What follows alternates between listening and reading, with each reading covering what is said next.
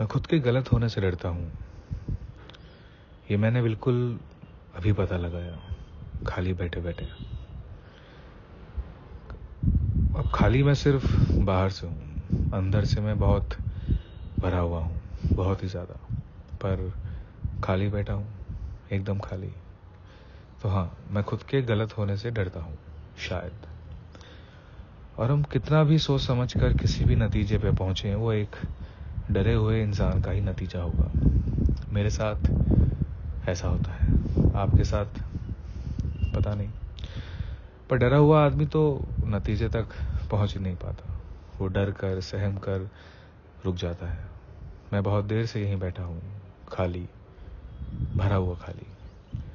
ये फूलों के गमले भी तब से यहीं हैं। क्या ये भी रुके हुए हैं? फिर तो ये बहुत वक्त से रुके हुए हैं, क्योंकि ये हमेशा से यही हैं। मतलब हम जब इनको लेकर आए थे तब से यही हैं, कहीं नहीं गए।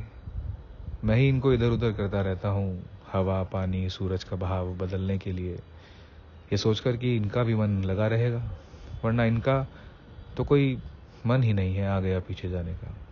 कोई फर्क ही नहीं पड़ता शायद इनको। जैसे सुबह के उगते सूरज और सांझ के ढलते सूर्य को कोई फर्क नहीं पड़ता कि आप खाली बैठे हैं या भरे। लगता है ये भी अटका हुआ ही है, हर रोज वही pattern, as if running a rat race daily. एक रेस के लिए हमेशा दो की जरूरत नहीं होती, एक अकेले की भी रेस हो सकती है। खुद से हार या जीत, खुद से तेज या धीरे। क्योंकि हमारा चांद तो एक ही है, फिर वर्षों से उसी साइकिल में क्यों अटका हुआ है? क्या उसको जीवन एक्सप्लोर नहीं करना? हर रोज आ जाता है बिना बुलाए, कभी कम, कभी ज्यादा, कभी आधा, पर पूरा कभी नहीं, आज तक नहीं। पूर्णिमा का चांद भले ही दिखे पूरा, पर we never see the dark side of the moon.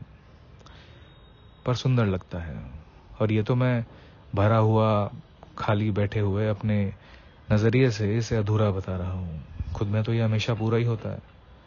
अब आपको नहीं दिखता तो ये उसका प्रॉब्लम तो है नहीं, वो तो है कंप्लीट, संपूर्ण, होल। पर हम तो हमेशा से उसमें दाग ही देखते आए हैं। चांद में भी दाग है, मगर तुझ में नहीं। जो चांद तुझ में है वो उसमें नहीं। चांद को कोई फर्क नहीं पड़ता, जैसे उन तारों को कोई फर्क नहीं पड़ता जो चमक रहे हैं सुबह शाम। शायद ये भी अटके हुए ही हैं। क्या आकाश को तारे बोझ लगते होंगे?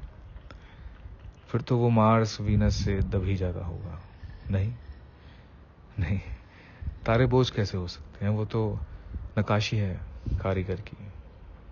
पर फिर वही बात, उनको कोई फर्क नहीं पड़ता।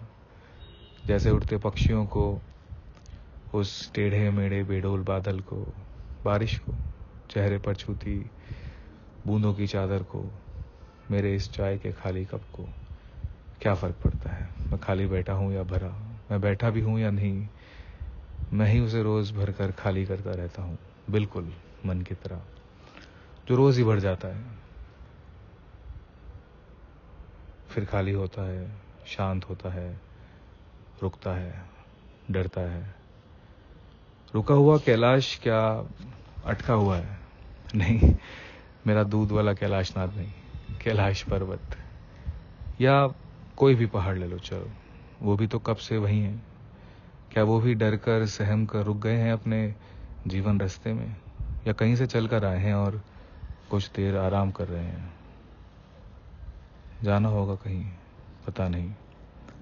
डरे हुए तो नहीं लगते, और कहीं कोई डर हो भी पर कमजोर नहीं लगते, सुंदर लगते हैं, मजबूत लगते हैं, अपने लगते हैं। जैसे समुद्र और उसमें उसकी लहरें अपनी लगती हैं।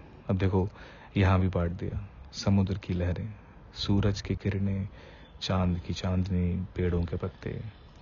हम तो बांटते ही आ रहे हैं, चाहे देश हो या नेचर, चाहे खुद हो। समझने के लिए बांटना जरूरी भी है, डाइसेक्शन। और पहले मानव से लेकर अब तक हम बांट रहे हैं। आदि मानव को भी शायद नहीं पता था कि वो कौन है, और अचानक से धरती पर क्या कर रहा है, किसने भेजा, कहां से भेजा, और क्या मैं ये फल खा सकता हूं। उसके पास भी कोई मैनुअल नहीं थी। जीवन को जानने की खोज वहीं से चली आ रही है। हम भी आज तक खोजे ही जा रहे हैं, बस खोजे जा रहे हैं। चाहे भीतर चाहे बाहर कुछ मिल जाए ऐसा कि समझ आ जाए आखिर ये हो क्या रहा है, क्या तमाशा है ये सब, मैं कौन हूँ, क्या हूँ, कैसे हूँ। पर सूरज को सूरज नाम क्यों देना है? क्योंकि भाषा शायद, नहीं तो मैं ये कविता कैसे लिख पाता, ये सब बातें खुद से कैसे कर पाता। लेकिन ये कोई कविता नहीं, अभी ये सब जो लिख रहा हूँ इसका क्या मतलब है? We try to identify anything and everything, and identification leads to duality.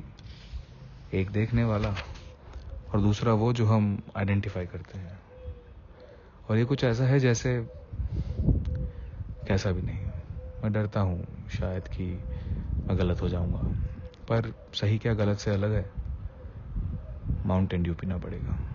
डर के आगे जीत भले ही हो या ना हो, डर के साथ हाथ जरूर है। हमें फिर पता ही क्या है।